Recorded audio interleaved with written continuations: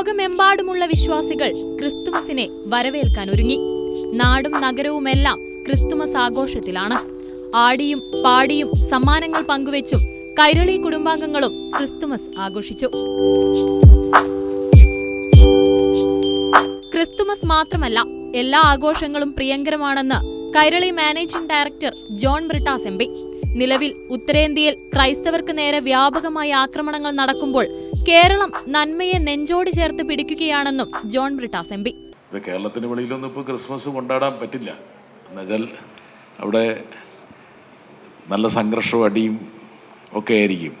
ഇപ്പം ഉത്തരേന്ത്യയിലൊക്കെ വ്യാപകമായിട്ട് ക്രൈസ്തവർക്കെതിരെ ഒരു വേട്ട നടക്കുമ്പോൾ നമ്മൾ കേരളത്തിൻ്റെ നന്മയെ നെഞ്ചോട് ചേർത്ത് പിടിക്കുന്നതിൻ്റെ ഭാഗമായിട്ട് എല്ലാ ഉത്സവങ്ങളും നമ്മൾ കൊണ്ടാടുകയാണ്. കൈരളി മീഡിയ ക്ലബിന്റെ നേതൃത്വത്തിലായിരുന്നു പരിപാടി സംഘടിപ്പിച്ചത്. കൈരളി ന്യൂസ്, തിരുവനന്തപുരം.